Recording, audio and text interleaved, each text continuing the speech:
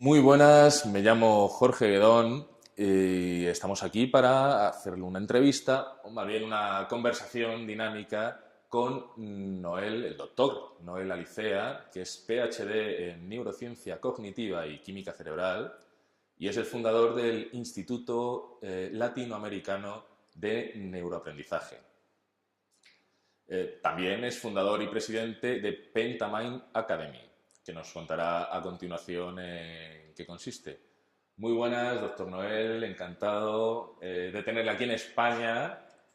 Vamos a hacer un montón de actividades con Noel, vamos a aprender mucha neurociencia y ahora en este momento es el inicio de este aprendizaje. Entonces, se habla mucho de neurociencia, hay muchas personas que empiezan a incorporar estas palabras, ¿verdad?, a un montón de conceptos, ¿verdad? Ya hay mindfulness, neurocientífico, un montón de cosas relacionadas con neurociencia, pero en realidad, ¿qué es neurociencia y para qué nos puede servir al ser humano la neurociencia? Gracias, Jorge. Antes que nada, déjame agradecerte enormemente por la invitación que nos has hecho a Pentamind Academy para nosotros poder compartir la más reciente investigación en el campo de la neurociencia cognitiva y la química cerebral, que es mi especialidad. Es interesante porque la más reciente investigación en el campo de la neurociencia ha sido extremadamente reveladora. En los más recientes 25 años nosotros hemos conocido más de estructura y función de nuestro cerebro que lo que no habíamos conocido en toda la historia de la humanidad. Así que es hora de que nosotros como comunicadores científicos podamos llevar este conocimiento al público en general para que, como tú bien dices, podamos transformar la vida de la persona, optimizar sus resultados de vida con investigación científicamente probada y socialmente validada. Y eso es lo que vamos a estar compartiendo acá en Madrid durante la sección que tenemos ahora, pero durante el resto del año con otras actividades, así que se pone muy interesante acá las actividades. Entonces, fenomenal, muchísimas gracias a ti. La neurociencia, entonces, es una disciplina científica que tiene que ver con las neuronas. Bueno, este es interesante porque de las células de nuestros cerebros, 90% de las células de nuestros cerebros no son neuronas. En el siglo pasado, pues nosotros nos enseñaron la filosofía de que la neurona era la protagonista de toda la actividad cerebral. Pero la más reciente investigación ha descubierto que no, que las neuronas básicamente tienen la función de recibir mensajes de las otras células cerebrales que se llaman las células gliales, que constituyen más del 90% de las células de nuestros cerebros. Así que es hora de que en este siglo XXI vayamos haciendo un cambio de la teoría de la neurona a la teoría de las células gliales, que son las protagonistas de la actividad cerebral al día de hoy. Uh-huh. En este sentido, ¿de qué nos sirve conocer o cambiar el patrón? ¿Va? Ya no tenemos, las neuronas tendrán su función, que nos podrás explicar a continuación. Las células gliales, ¿de qué nos sirve saber que existen células gliales y para qué nos sirve al ser humano conocer este tipo de Gracias, contenidos? gracias por esa pregunta, porque me permite a mí explicar para el público en general que no tiene formación en ciencias. Mira, es cierto, las neuronas siguen haciendo todas las actividades que nosotros habíamos conocido que ellas hacían. Toda actividad y movimiento de los músculos, todo pensamiento es producido por la actividad neuronal. Sin embargo, la neurona no tiene la capacidad de iniciar esa actividad, sino que las células gliales envían mensajes a las neuronas para indicarle a las neuronas cuál es la actividad que ellas van a seguir haciendo en la vida diaria. Ahora, ¿por qué es importante esto, Jorge? Porque todo lo que nosotros hacemos, todo lo que nosotros sentimos, pensamos, hablamos, lo hacemos con nuestros cerebros. Y otro dato interesante, ¿por qué hablamos de cerebro? Porque ya es hora de que nosotros nos pongamos al día con la investigación científica en el campo de la neurociencia. En el siglo pasado nosotros podíamos hablar del cerebro humano y se decía que el cerebro humano estaba constituido de dos hemisferios cerebrales que estaban unidos por un grupo de células que se llama el cuerpo calloso. Al día de hoy hemos descubierto que lo que llamamos hemisferios cerebrales son dos cerebros completos, dos sistemas nerviosos completos que tienen diferente personalidad, diferentes gustos, diferentes destrezas, diferentes habilidades. Esa investigación en particular le ganó el premio Nobel al doctor Roger Sperry en el 1981. A pesar de que ya han pasado casi medio siglo de esa investigación, todavía esa investigación no se está divulgando, no se está enseñando en nuestras aulas y muy poca gente tiene este conocimiento. Y este conocimiento es vital para entender el comportamiento humano. Entonces, estamos hablando de que tenemos un cerebro físico, ¿verdad? Que siempre lo hemos localizado en el cráneo, pero las investigaciones están determinando que hay más de un cerebro. Bueno, cuando tú dices un cerebro físico, tenemos que ir ya hablando en plural. En el cráneo, como tú bien dices, nosotros tenemos un sistema nervioso izquierdo y un sistema nervioso derecho. De hecho, y esto fue la investigación que ganó el premio Nobel, el doctor Roger Sperry, como te mencioné anteriormente, si nosotros disectamos, cortamos la comunicación entre el sistema nervioso izquierdo y el sistema nervioso derecho, y el doctor Oliver Sacks dedicó toda su vida a investigar estos pacientes que por diferentes condiciones tenían la desconexión de los dos sistemas nerviosos. Y descubrimos que entonces tenemos dos cerebros enviando órdenes para un mismo cuerpo. Y esos son unos casos que están muy bien documentados en la literatura médica y que en ese sentido nosotros tenemos que empezar a sacar esta investigación de los especialistas de neurociencia, de los especialistas de la academia y llevarla al público en general. ¿Por qué? Porque muchas veces nuestros desórdenes de personalidad nos llevan a que tenemos preguntas sobre nosotros. Sin embargo, muchas de esas preguntas han sido contestadas por la reciente investigación en el campo de la neurociencia. Por eso es que este tipo de charla, este tipo de información que nosotros vamos a llevar para el público es tan importante, porque el desconocimiento de estructura y función de nuestros cerebros está produciendo una serie de desórdenes sociales que los pagamos con mucho dolor y con mucho sacrificio a nivel social. Y el ser humano, algo interesante es que el ser humano es el único organismo vivo que en su estructura genética no tiene programado su fenotipo. O sea, mientras la semilla de manzana, tú la siembras y da manzanas, la semilla de pera da pera, el perro cuando nace no tiene que educarse porque va a tener una vida de perro toda la vida. El ser humano no, el ser humano, como te dije, en la estructura genética es el único ser que no tiene programado su fenotipo o su comportamiento.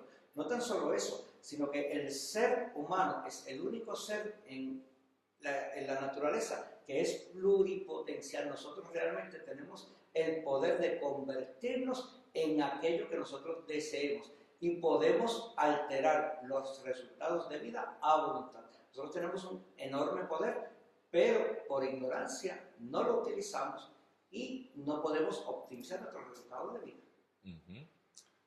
Entonces aquí se surgen varias preguntas, ¿no? Primero el mito el conocimiento que nos daban a nosotros en el colegio de que existía un genotipo y a otro 50% un fenotipo, ¿verdad? Y que las dos juntos conformaban nuestra personalidad. Bien, antes se decía que el fenotipo era determinado por el genotipo. Pero en el 2013 terminó el proyecto más ambicioso de la ciencia hasta ahora, que se llama el proyecto del genoma humano. Y descubrimos que los genes no determinan necesariamente el comportamiento. De hecho, los más halagadores defensores, los más fiel defensores del comportamiento controlado por el genotipo, aceptan que solamente alrededor del 50% de nuestras características físicas y de nuestras características de comportamiento son determinadas por los genes. Pero dato interesante, Jorge, es que los genes que nosotros heredamos de nuestros padres no tienen la capacidad de activarse o desactivarse. Hay unos factores ambientales y una nueva ciencia que se llama epigenética, que es la que determina qué gen yo voy a activar o qué gen yo voy a desactivar. Hay una investigación muy interesante del doctor Matthew Bott de la Universidad de Harvard que nos dice cómo nosotros con el poder vibracional de la voz tenemos la capacidad de alterar estructura y función de nuestro organismo mediante la producción de alteraciones genéticas. Decir eso en el siglo pasado era pecado, era una blasfemia. Al día de hoy eso se ha comprobado en el laboratorio. Claro, esto tendrá que ver con las estructuras atómicas, la vibración de cada uno de los átomos, cómo influyen en los genes. Es que me recuerda a la conexión que parece que la ciencia se está conectando cada vez más con la religión, ¿no? Dicen, al principio era el verbo, en India tienen el Om, ¿verdad? Como la vibración sonora original, y me estás diciendo tú ahora que efectivamente la voz, el sonido, la vibración, modifica o activa determinados genes o los desactiva. Algo interesante que tenemos que tener mucho cuidado es hacer lo que se llaman los saltos cuánticos, ¿no?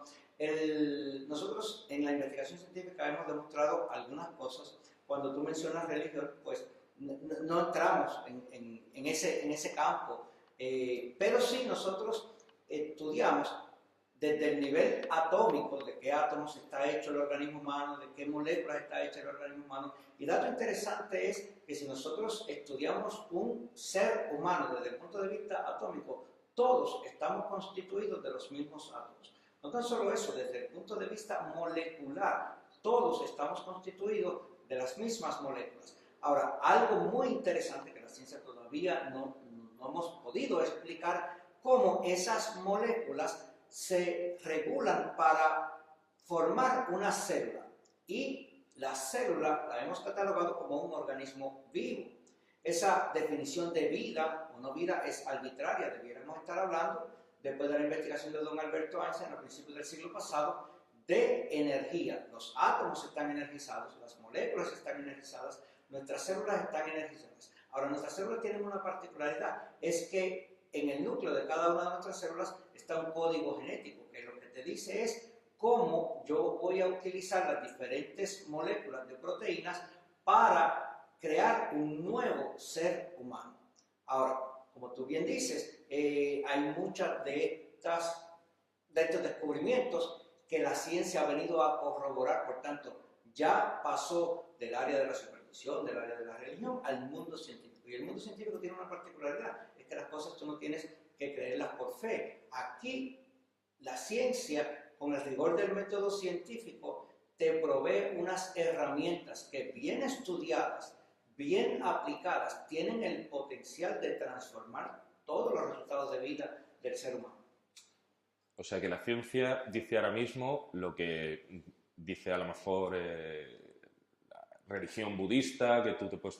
o el propio mindfulness en estos momentos, que aquello que tú piensas y proyectas lo puedes llegar a realizar.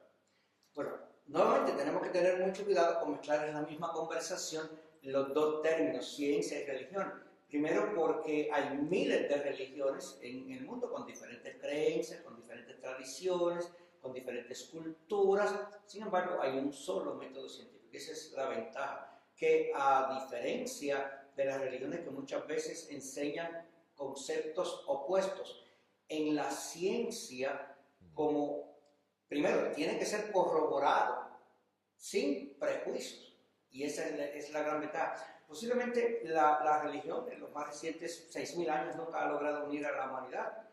¿Qué tal si nosotros entonces ahora transformamos muchas de las creencias, nos adaptamos a la más reciente investigación en el campo de la neurociencia, del mundo científico en términos generales, y ahí entonces podemos crear la unión que con tanto tiempo hemos buscado? Entonces, ¿en qué medida la ciencia reconoce la conciencia? Bien, antes de hablar de conciencia, vamos a hablar de cerebros humanos.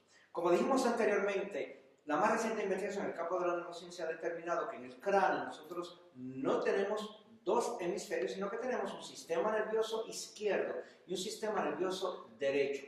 Ahora, una investigación muy interesante en el 1996 descubrió que nosotros tenemos un sistema nervioso entérico que anatómicamente se encuentra en la cavidad abdominal y que antes se pensaba que estaba bajo el control del sistema nervioso central. Una investigación del doctor Michael Gerson ha determinado que el sistema nervioso entérico tiene la capacidad de funcionar independientemente de los cerebros del cráneo. Por tanto, a ese cerebro se le llamó el segundo cerebro. Al día de hoy conocemos mucho más. Ese cerebro, sistema nervioso entérico que compartimos con todos los animales, es lo que produce en la etapa de la evolución el Homo erectus. Y en el caso del ser humano se encarga de la función de comer, dormir y reproducción. En adición a eso, en el caso del ser humano, trabaja las secreciones entéricas, que es lo que nosotros llamamos como emociones. En la etapa de la evolución, ese es el primer cerebro que se desarrolla. Por eso estamos conectados con nuestra madre, por el sistema nervioso entérico. Los cerebros del cráneo, por la naturaleza en que el ser humano nace, que tiene que pasar por el canal vaginal y tiene que empequeñecer el cráneo, pues no salen totalmente desarrollados. De hecho, nuestro sistema nervioso izquierdo y nuestro sistema nervioso derecho tardan 25 años en desarrollarse. Así que si nosotros vamos a hablar de cerebro, hablaríamos de que el sistema nervioso entérico es el primer cerebro, el sistema nervioso izquierdo es el segundo cerebro, el sistema nervioso derecho es el tercer cerebro. Hay otros cerebros que los vamos a ver en las conferencias que nosotros vamos a estar dando aquí en España y en otros países de Latinoamérica, porque la idea es nosotros convertirnos en portavoces de este conocimiento, porque mucha de esta investigación se hace en Estados Unidos, en Inglaterra, y nosotros en los países hispanoparlantes, pues como que siempre estamos de segundo. Es hora de que nosotros empecemos en una economía globalizada a coger información e inmediatamente se ha aprobado, vamos a llevarla y aplicarla a nuestro diario vivir. De hecho, vamos a dar un seminario gratuito sobre los 5 cerebros y luego un curso más completo para entender bien cómo está compuesto nuestro sistema nervioso, nuestro sistema neuronal. Algo interesante, ahora que tú mencionas los seminarios gratuitos, uno de los conceptos que nosotros tenemos que entender es que en la naturaleza no hay absolutamente nada gratuito, y menos en un mundo globalizado donde el dinero es tan importante. Así que eso es una de las cosas que nosotros tenemos que alterar. De hecho, en Pentamind, que es la organización que yo dirijo, nosotros tenemos el propósito y la misión de ayudar a la persona a optimizar 5 áreas de vida. La primera área, es la más importante, es la salud y el bienestar. Una vez la persona entiende estructura y función desde el nivel atómico, nivel molecular, nivel celular, nivel tisular, nivel orgánico, a nivel de comportamiento, y podemos optimizar nuestra salud y bienestar, entonces vamos a hablar de cerebros. Ahí entramos en los programas de aprendizaje acelerado, fotolectura, ingeniería cognitiva, que es un programa basado en la más reciente investigación de cómo nuestros cerebros reciben información, procesan información, almacenan la información y utilizan la información para nuestro diario vivir. En adición a eso tenemos los programas de finanzas, y ahí es donde nosotros tenemos que estar al día en la más reciente investigación de la neuroeconomía. La neurociencia no tan solo ha hecho impacto en el campo de la salud y el bienestar, sino en el campo de la economía. Y hay una área, una disciplina científica que se llama neuroeconomía. De hecho, recientemente el doctor Kahneman ha sido el único psicólogo que fue galardonado con el Premio Nobel de Economía. Así que por eso es que te digo, Jorge, es tan importante que nosotros conozcamos al día de hoy estructura y función de nuestro cerebro para que podamos optimizar nuestros resultados. Ahora, hay 2 áreas adicionales. Está el área del amor y las relaciones entre la familia, entre la pareja, relaciones con el espíritu, ¿verdad? Esa es la tradición religiosa. Y finalmente aplicamos este conocimiento de neurociencia cognitiva al área de la diversión, el gozo, porque nosotros tenemos que entender que el universo tiene billones de años, el ser humano en la Tierra tiene millones de años, pero nosotros vivimos un tiempo muy corto, así que tenemos que aprovechar esta experiencia de vida para aprender, crecer, pero sobre todas las cosas, divertirnos. Sí, de hecho, la ciencia no hace nada gratis. Al final siempre hay aplicaciones científicas para mejorar la vida del ser humano. Esto parece ser que ocurrió a medida que íbamos haciendo descubrimientos científicos, los íbamos aplicando para mejorar nuestra vida, ¿no? ¿Cómo puede mejorar nuestra salud la neurociencia? Decías que había 5 áreas. ¿Cómo puede mejorarlas? De hecho, nosotros tenemos diferentes programas de neurosanación, salud y bienestar.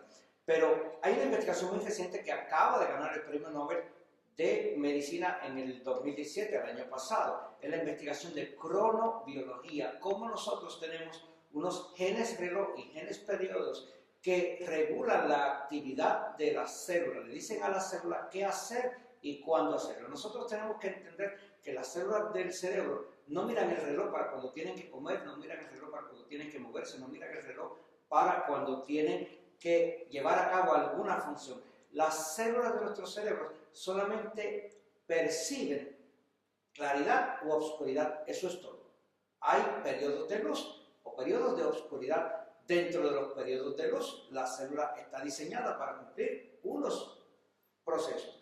Dentro de los periodos de oscuridad está diseñada para cubrir otros procesos. Algo interesante, nosotros tenemos animales diurnos cuyo metabolismo físico-motor está diseñado para activarse en periodos de oscuridad. Tenemos animales cuyo metabolismo físico-motor está diseñado para activarse durante las horas de día. Sin embargo, eso llamamos las horas de luz. Sin embargo, en el ser humano, que es un ser único en la naturaleza, tenemos un mecanismo físico-motor y tenemos un metabolismo mental intelectual. Ahora, como dijimos al principio, el ser humano es pluripotencial, tiene el derecho, el libre albedrío de hacer lo que le plazca.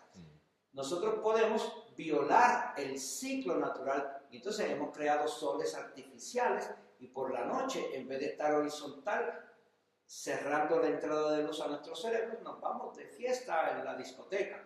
Eso causa una alteración que nosotros lo vamos a ver en la salud de la persona. Prácticamente todas las condiciones de salud que nosotros conocemos al día de hoy se han determinado que son o prevenibles o reversibles. Como dice un gran amigo mío neurocientífico, en realidad no hay enfermedades que nosotros no podamos tratar o revertir. Ahora, hay pacientes a los cuales no podemos tratar o revertir porque quien único puede decidir sobre mi salud y mi bienestar soy yo. Soy yo el que tengo que buscar conocer, que buscar aprender, que buscar crecer. En la naturaleza, la única ley que es gratuita es la ley del caos. El ser humano tiene que entender que si quiere eliminar el caos de su vida, tiene que dar la orden para ordenar el sistema. En el caso de la salud y el bienestar, que era la pregunta que me hiciste, si la persona va a hacer un cambio de vida, debe ser seguir la cronobiología. De 4 de la madrugada a 12 del mediodía, las células están en el proceso de excreción. El poro de la membrana abre del citosol del interior al exterior para que la célula pueda eliminar las toxinas producto de su metabolismo. De 12 del mediodía a 8 de la noche, el poro de la membrana invierte el flujo de iones para que la célula pueda absorber los nutrientes que están en el plasma sanguíneo y llevarlos al interior. De 8 de la noche a 4 de la madrugada ocurre algo muy interesante en la membrana celular que no lo vamos a explicar en esta entrevista, Jorge, porque es muy técnico, pero sí a las personas que vayan a nuestras conferencias van a tener la oportunidad de entender. Ahora, ¿qué sucede? En ese horario, lo único que usted tiene que hacer es horizontalizarse y cerrar la entrada de luz al sistema. La gente no tiene que dormir porque tu páncreas nunca duerme, tu hígado nunca duerme, tu corazón nunca duerme. Lo que nosotros hacemos es, que es una pregunta que tú me hiciste ahorita, ¿qué pasa durante ese horario? Perdemos conciencia. Hay unas células que se activan con periodos de luz y nos dan conciencia. Esas células se desactivan con periodos de oscuridad y nosotros perdemos la conciencia. Eso es lo que le llamamos estadios de vigilia o estados de sueño. Y además de los ciclos, de los circadianos, o de los ciclos celulares, que siempre aconsejan, ¿no?, que que estemos en armonía con los ciclos de la naturaleza, etcétera, etcétera. Esto es un dato interesantísimo. Las células también se alimentan. Se alimentan también las neuronas, se alimentan las células gliales. Todas las células del sistema tienen 4 funciones. La célula es un organismo vivo, como habíamos hablado anteriormente, a diferencia de las moléculas y los átomos, que aunque son energizados, no los catalogamos como organismos vivos. La célula, para ser catalogada como un organismo vivo, tiene que tener un proceso de absorción, tiene que tener un proceso de digestión, tiene que tener un proceso de excreción y tiene que tener un proceso de metabolismo. Esas son las 4 funciones de los organismos vivos. Los organismos unicelulares son los organismos más sencillos y todos siguen ese proceso. Cuando tú hablas del ciclo circadiano, es un periodo de luz y un periodo de oscuridad. Y nosotros tenemos unos genes que son los genes reloj y los genes periodos que le dicen a la célula qué hacer y cuándo hacerlo. En la medida en que nosotros con nuestro libre albedrío podamos armonizar nuestras actividades diarias para mantener a la célula en armonía, vamos a estar en óptima salud. De hecho, en inglés es interesante porque cuando tú tienes armonía a nivel celular, se dice que la célula está at ease. Cuando tienes desarmonía a nivel celular, la célula está en un estado de disease. Y disease es lo que nosotros traducimos como enfermedad. Ahora, lo interesante es que cuando nosotros estamos en un periodo de enfermedad, o sea, disease, es la oportunidad para nosotros entender el mensaje que la célula nos está queriendo llevar. Si no hacemos nada y seguimos en la misma disfuncionalidad, entonces, nuevamente, el término en inglés es interesante porque pasas de disease a disease, o sea, que es lo que nosotros llamamos la muerte celular. Fenomenal. Podemos pasar, si te parece, a otra área de neurociencia que tiene relación con la educación. Tienes un proyecto que es ingeniería cognitiva y además eres experto en neuroeducación. Y lo que vamos a hacer ahora, en estos días, es un taller extenso de fotolectura, que parece que hay lectura lineal, la fonética, las que nos enseñan de toda la vida a leer, ¿verdad? Hay lectura diagonal o lectura rápida, pero esto de la fotolectura es una octava superior, ¿no? Sí, mira, si nosotros entendemos estructura y función de nuestro cerebro, entendemos el sistema nervioso entérico, sistema nervioso izquierdo, sistema nervioso derecho, sistema nervioso periferal, aplicamos esto al campo de la educación. Entonces, en el campo de la lectura, nosotros le enseñamos a los participantes cómo nuestros cerebros, diferentes cerebros, reciben diferentes tipos de información, almacenan información de manera diferente y utilizan la información de manera diferente. O sea, es hora de que nosotros cojamos esta investigación en el campo de la neurociencia y la llevemos al salón de clases, al aula de clases. Así que nosotros hemos creado un concepto que se llama ingeniería cognitiva, porque nosotros no tenemos la injerencia de alterar la arquitectura de nuestro organismo. Sin embargo, en la pluripotencialidad del cerebro humano podemos alterarlo como nosotros querramos. Nosotros podemos aprender a hablar el idioma que querramos, podemos aprender a comer lo que nosotros querramos. Si nosotros cogemos un niño y lo enseñamos a comer vegetales, comerá vegetales. Si los enseñamos a comer cerdo muerto, comerá cerdo muerto con la misma facilidad. Ahora, el resultado a nivel celular, a nivel interno y a nivel intracelular no es lo mismo, porque como cuando nosotros cogemos el auto, si le echamos el combustible óptimo, ese auto nos va a dar un rendimiento óptimo. Si confundimos el petróleo por el agua, porque los dos son líquidos, y en vez de petróleo le echamos agua, pues el el auto no nos va a dar el mismo funcionamiento. Así que en la medida en que nosotros podamos llevar la más reciente investigación al salón de clases, vamos a poder transformar esos cerebros que van ávidos de aprender y vamos a crear ciudadanos, nuevamente, que sean sanos y saludables, que estén en constante aprendizaje, que en un mundo globalizado puedan ser financieramente independientes o por lo menos financieramente productivos, pero que también tengan relaciones en armonía y que finalmente puedan disfrutar la experiencia de vida y que puedan vivir en satisfacción, placer y gozo. Un proyecto global, ¿no? Penta, 5 cosas, Pentamind, 5 mentes, 5 áreas de la vida, ¿no? Fenomenal. Te voy a hacer... la fotolectura, entonces, es una herramienta, me ha parecido súper interesante, porque es una herramienta que te puede permitir leer mucho en muy poco tiempo, mucho más que en la lectura diagonal.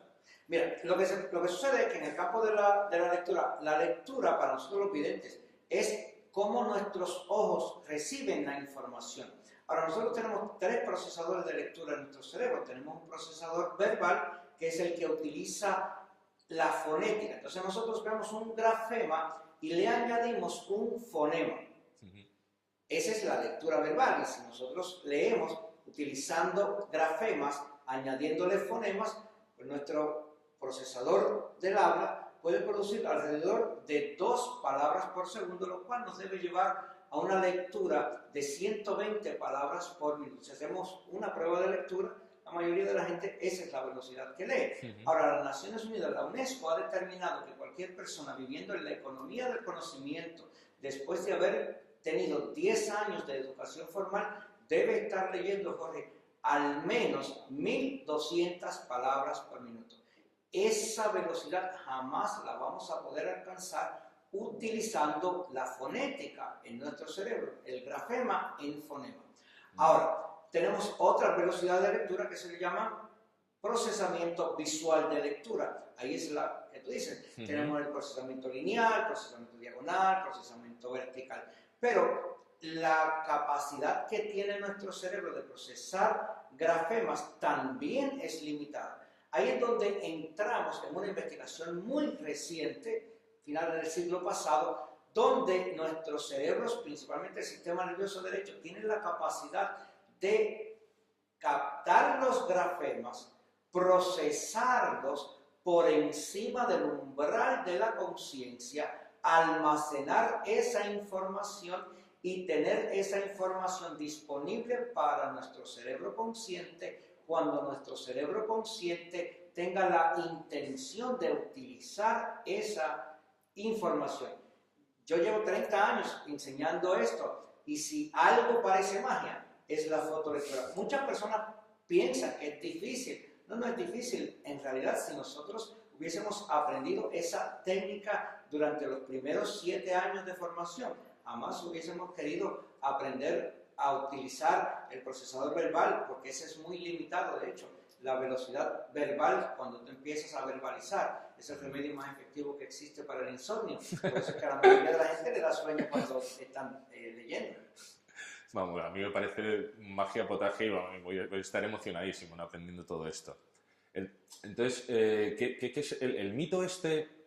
O sea, parece que podemos aprender muchísimo, de distintas maneras, y el mito de que utilizamos del 5 al 10% de nuestro cerebro, ¿esto es así? Eso, como tú bien dices, es un mito. Nosotros tenemos muchos neuromitos. Hablar de el cerebro humano como una sola unidad. Es cierto que el cerebro sincroniza su actividad, como nuestro auto sincroniza la actividad del motor, de la transmisión, de la conducción. Sin embargo, si uno de esos elementos disfunciona, hace que el vehículo disfuncione. En el caso de nuestro cerebro, como dijimos, nosotros tenemos diferentes cerebros que procesan información de manera diferente. Integrar en una sola actividad, en un solo comportamiento, es un poco difícil si no conocemos, porque tú no puedes manejar lo que no conoces. Ahora, en el caso de la fotolectura, de la ingeniería cognitiva, que ahí fue la pregunta inicial tuya. Nosotros tenemos la capacidad de entender estructura y función. La ingeniería es la ciencia de la optimización, optimiza sistemas. Por tanto, nosotros vamos a entender la estructura de nuestro organismo, la función de nuestro organismo y vamos a adaptar nuestro poder decisional, nuestro libre albedrío, nuestro poder de intención para actuar en armonía con nuestra naturaleza y optimizar nuestros recursos físicos, pero más importante, nuestros recursos mentales. El dato interesante es, a nivel consciente, nosotros podemos manejar alrededor de 2000 pedazos de información simultáneamente. Jorge, a nivel subconsciente, nosotros podemos manejar 400.000 millones de pedazos de información simultáneamente. Nosotros tenemos una capacidad mental realmente ilimitada, pero todavía tenemos el mito ese de que utilizamos el 10%. Eso es totalmente falso. Eso en la década de los 50 se decía y el público se quedó con esa premisa y la da como cierta. Como dice alguien, repite una mentira muchas veces y la gente lo va a dar como cierta.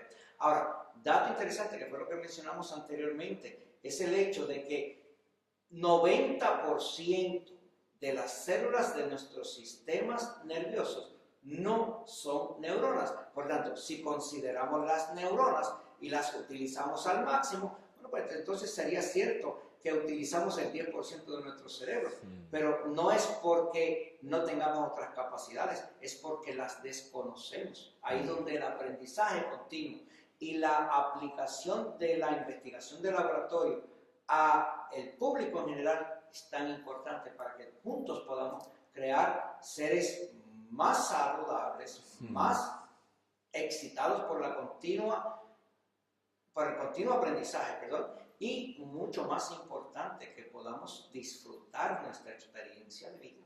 Es fascinante que tengamos esa capacidad de aprender constantemente a través de estas técnicas y herramientas que salen de los descubrimientos científicos. Una cosa es el descubrimiento, pero luego tienes que generar la herramienta para que eso impacte y sea provechoso para el ser humano. En el área de...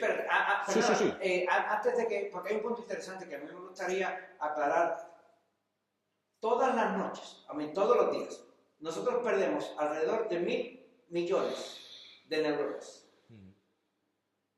y de células del cuerpo. Entre neuronas y células del cuerpo, aproximadamente perdemos, en los números americanos, ¿no? Son 30 billones de células que sufren apoptosis, muerte cerebral. Ahora, esas neuronas, esas células del organismo, esas glías, no es que las vamos a perder para siempre. Nosotros tenemos la capacidad de generar esas mismas células en la misma cantidad. Así que esa investigación es muy reciente, la muerte programada, ¿no? El apoptosis. Y en el caso de las neuronas, decir en el siglo pasado que nosotros generábamos neuronas no perdía total credibilidad como científico, ¿no? Sin embargo, ahora tenemos un término que se llama neurogénesis. Y lo que era imposible para el pensamiento científico en el siglo pasado, ahora es de conocimiento diario. Pero ¿qué sucede? Que mucha de esta investigación, como dijimos anteriormente, no está pasando a la sociedad, al público en general. Entonces, a pesar de que nosotros somos la primera generación en la historia de la humanidad que vivimos en la economía del conocimiento, el conocimiento se está quedando en una élite científica sin bajar a la base de la sociedad. Y ahí es donde nosotros como comunicadores científicos queremos llevar. Por eso es que hacemos todas estas conferencias, por eso es que viajamos a través de los diferentes países para que nuestros hermanos hispanoparlantes puedan tener acceso a la más reciente investigación en el campo de la neurociencia y que puedan optimizar sus resultados de vida. Y poder con el consciente influir en el inconsciente. Esta dicotomía que siempre hemos tenido de la mente consciente y la mente inconsciente, ahora vemos, ¿no?, que a través de la neurociencia podemos influir desde el consciente en el funcionamiento de la mente inconsciente. Bueno, ¿qué tal si nosotros hacemos una invitación, eso es lo que a mí me gusta hacer a las personas que participan? ¿Qué tal si nosotros empezamos o dejamos de hablar de consciente o inconsciente y empezamos a hablar de la totalidad? Porque muchas veces nosotros pensamos que el consciente y el inconsciente son como enemigos que constantemente están luchando. No, la idea es entender que el brazo izquierdo tiene una función y la pierna derecha tiene otra función. No es que sean competitivos, es que tenemos que aprender a vivir en armonía. Y el consciente, el procesamiento de información consciente, tiene una función. El procesamiento de información a nivel no consciente tiene una. Vamos a considerar el todo, la armonía del todo. Y ahí es donde yo creo que la ciencia nos ha hecho un gran aporte, como tú mencionaste anteriormente. Las religiones nos han dividido en tribus y luchamos unos con otros. La ciencia, que es un método científico que es reproducible, está disponible para todos. Así que vamos a nosotros a entender la investigación científica, aplicarla a nuestras vidas, hacer las transformaciones de actividades diarias, de estilos de vida, de hábitos, de costumbres, de lenguaje, de pensamientos, de emociones. Una de las investigaciones más relevantes fue de la más reciente década, ¿no? Del 2014-2015, una investigación. Antes se decía, y esto es extremadamente revelador, que las emociones eran universales y que cuando tú veías una cara triste significaba lo mismo en todas las culturas. Cuando tú veías una cara alegre significaba lo mismo en otras culturas. La ciencia siempre tuvo eso en duda. Una investigación muy reciente ha determinado que nosotros no tenemos emociones universales. Eso es un gran mito. Las emociones nosotros no las sentimos, Jorge. Las emociones nosotros las producimos, y de eso vamos a estar hablando en las conferencias que vamos a tener acá en España durante este tiempo. Que vamos a hablar mucho de neurosexualidad. Vamos a tener todo un día más una mesa redonda en la que estará nuestra querida Ana Sierra, que es una amiga sexóloga, psicóloga, muy dada para medios de comunicación, con Silvia Lugo, también una compañera tuya. La neurosexualidad sirve para tener un sexo pleno, saludable, feliz. Fíjate, lo que pasa es que la sexualidad en realidad es un constructo social. Cuando hablamos de sexualidad, tenemos 7.000 millones de personas en el planeta y posiblemente cada una tenga su propia definición.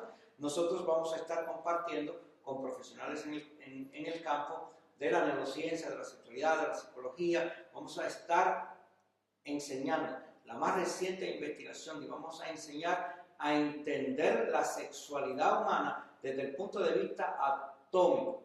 ¿Cuáles son los átomos que componen el organismo humano? Y cómo esos átomos tienen una influencia en las moléculas, como esas moléculas tienen una influencia en las células, como esas células tienen una influencia en el tejido, como esas células del tejido tienen una influencia en el órgano, cómo los diferentes órganos se integran en el organismo humano hasta que nosotros tenemos un comportamiento específico. En el campo de la sexualidad, el ser humano del día de hoy, el ser humano nunca ha sido dueño de su sexualidad, porque nosotros hemos sido víctimas de la ignorancia. Por miles de años las religiones se apropiaron de nuestra sexualidad y nos enseñaron lo que a las religiones les interesaba que nosotros conociéramos sobre nuestra sexualidad. La primera persona que realmente empieza a entender un poco la sexualidad humana, ya desde el punto de vista no tanto religioso, un poco científico, que ha sido uno de los padres de la ciencia, fue René Descartes. Él creó dos términos. Ahora nosotros hablamos comúnmente de la emoción, pero ese término no se conocía antes de Descartes. Descartes crea ese término, también crea el término de las pasiones. Así que nosotros, de Descartes hacia acá, hemos avanzado un mundo en el campo de la sexualidad. Después que la religión fue soltando un poco la sexualidad, los gobiernos se apropiaron de la sexualidad humana. Y es interesante porque una de las pocas actividades que son reguladas por la sociedad desde el punto de vista que es delito, es la activación o la desactivación o el uso o el desuso que tú le das a tus gónadas. Así que la neurociencia tiene su ventaja, es que nos enseña a nosotros, posiblemente por primera vez en la historia, a hacernos dueños de nuestra propia sexualidad, pero no a hacernos dueños de la sexualidad desde el punto de vista, desde el miedo, la culpa y la vergüenza, que son las tres emociones primarias que la mayoría de la gente asocia con la sexualidad, sino que nosotros tenemos que entender estructura y función de los órganos sexuales, de las gónadas, cuál es el propósito durante los primeros 12 años de vida, cuál es el propósito durante los segundos 12 años de vida, cuál es el propósito de los 12 a los 36. Nosotros vamos a estar explicando las diferentes etapas de la sexualidad humana basado en la más reciente investigación de la neurociencia. Aquí no tienes que creer nada por fe, no tienes que traer mitos, concepciones antiguas, de gente que con la mejor intención y la mayor voluntad quisieron aportarnos, pero desconocían estructura y función de nuestro cerebro. Toda actividad del ser humano es regulada por nuestros cerebros. Una vez entendemos los cerebros, no tan solo vamos a optimizar la sexualidad, a optimizar la salud, pero como tú bien dices, la sexualidad es la base de todo. En la medida en que nosotros nos hagamos dueños de nuestras gónadas y de nuestro comportamiento sexual, ahí se enciende un nuevo camino, un nuevo horizonte ante nosotros. Y las posibilidades son ilimitadas. No, sí, parece que las grandes autoridades siempre han tenido la sexualidad como algo importantísimo y efectivamente parece que querían ese poder, ¿no? Y el poder de controlar a la gente. Pero te quería hacer una pregunta. Ese poder se ha manifestado muchas veces en algo explosivo, ¿no? Que se suele relacionar con la palabra orgasmo. ¿Qué es el orgasmo para la neurosexualidad? Lo que sucede es que, de hecho, el título de nuestra ponencia es Del átomo al orgasmo. En realidad, nosotros tenemos que entender que lo único que existe en el universo, es energía. Y la energía se manifiesta de diferentes maneras. Nuestras células cerebrales tienen descargas eléctricas, pero la electricidad o el electromagnetismo es una forma de energía. Hay múltiples formas de energía. Nosotros las vamos a estar explicando y vamos a enseñarle a la gente, posiblemente por primera vez, en qué consiste un orgasmo y cómo la persona, de hecho, esta ciencia de la sexualidad ha sido muy estudiada por la neurociencia. Hay un caso que es muy interesante, cómo una persona se tiraba a la calle y orgasmaba, cómo otra persona orgasmaba comprando zapatos, cómo otra persona orgasma comprando carteras. O sea, hay una serie de disfunciones que nosotros tenemos que entender para nosotros poder desarrollar una sexualidad sana, ética, productiva, que nos dé tres cosas que es lo que debe producir la sexualidad: crecimiento, placer y gozo. La sexualidad es la base del crecimiento social y la perpetuación de la especie. Si eliminamos la sexualidad del ser humano, se acaba la especie. Ahora, tampoco es que nosotros entendamos la sexualidad y no la utilicemos a nuestro favor, sino que nosotros, una vez entendemos las estructuras sexuales, podemos armonizar nuestro diario vivir y sacar el máximo provecho de esta experiencia de vida. Fantástico. Entonces, eso, la sexualidad, sé lo que me has dicho, es el primer motor energético del ser humano. Y además, según lo que tengo entendido, hay interruptores corporales, físicos, que pueden activar o desactivar esto. Desde la filosofía india, desde la filosofía tántrica, mucho más amplia que solamente lo sexual, pero ahí han estudiado que hay diversos puntos del cuerpo que activan cosas.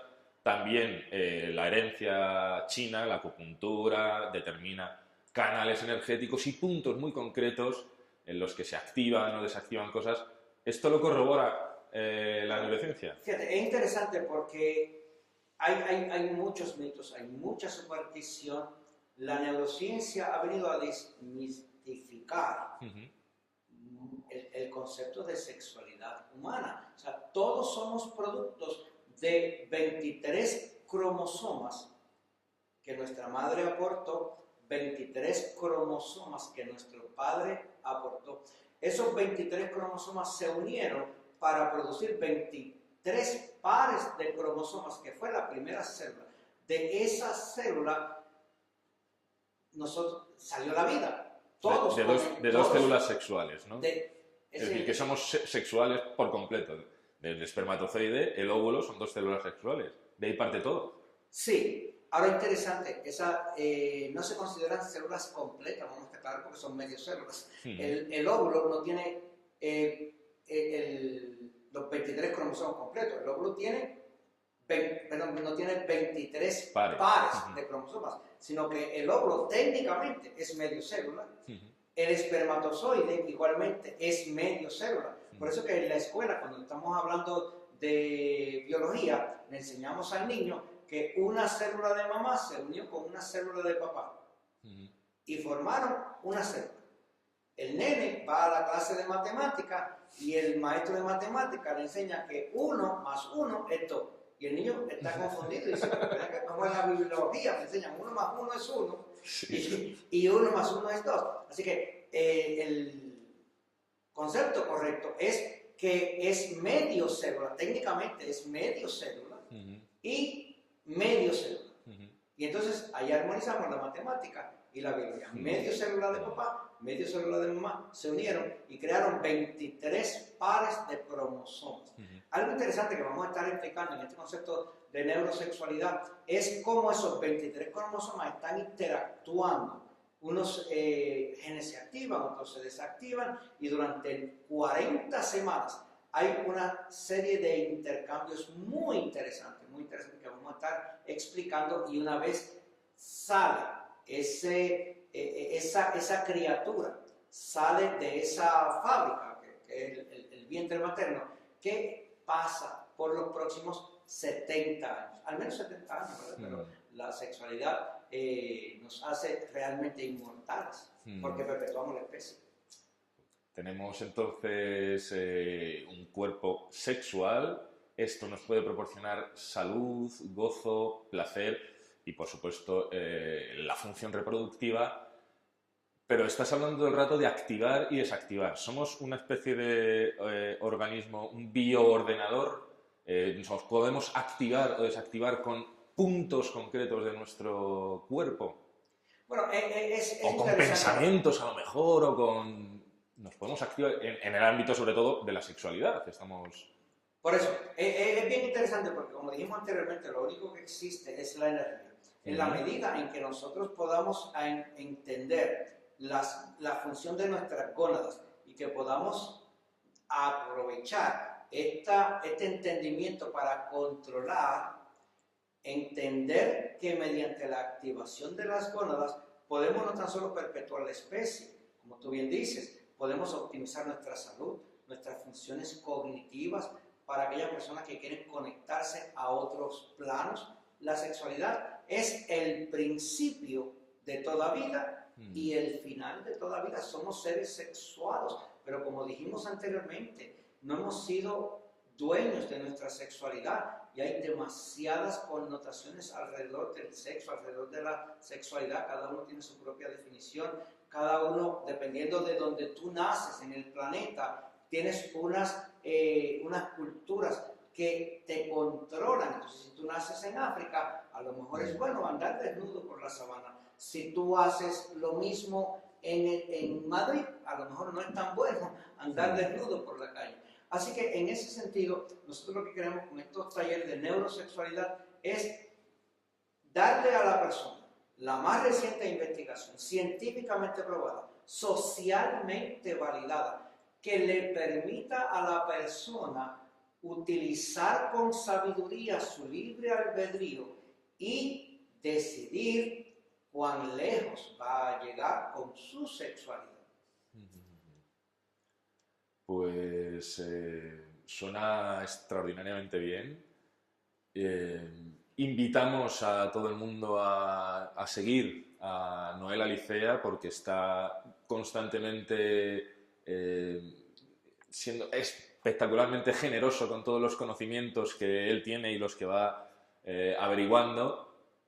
Y esperamos veros a todos durante estos días en las jornadas y al doctor Noel Alicea con todo nuestro agradecimiento, despedirle y darle fuerza porque le espera unas intensas jornadas. Para mí es un honor y privilegio compartir todos estos conocimientos. Yo creo que es nuestra misión, en la medida en que nosotros podamos aprender y traducir ese conocimiento, porque mucho de este conocimiento es técnico y tenemos que traducirlo en lenguaje sencillo que todo el mundo pueda entender, pues yo creo que eso es parte de nuestra misión. El ser humano es el único con capacidad ilimitada de aprendizaje, pero también es el único con capacidad ilimitada de transmisión, a diferencia de otros animales que aprenden para su propia sobrevivencia. Nosotros no, nosotros aprendemos, sobrevivimos, pero pasamos este conocimiento para que a las otras personas, a las otras generaciones que vienen detrás de nosotros, se le haga la vida mucho más fácil. Así que, según los científicos de la antigüedad, nos dejaron enormes revelaciones. Nosotros tenemos el compromiso con las nuevas generaciones, no solo de darle las mejores herramientas para optimizar su vida, sino excitarlos a mantenerse en constante aprendizaje, en constante transformación. Así que para aquellas personas le hago una invitación, como yo siempre digo, de corazón a corazón, de cerebros a cerebros, para que se den la oportunidad de conocer, transformar, crecer, y juntos vamos a poder crear una mejor sociedad para todos y un mejor planeta. En la información está el poder y Noel Alicea es muy poderoso y quiere transmitir todo el poder para que cada uno sea lo más poderoso que pueda llegar a ser. Así que con el doctor Noel Alicea, la neurociencia está a tu alcance.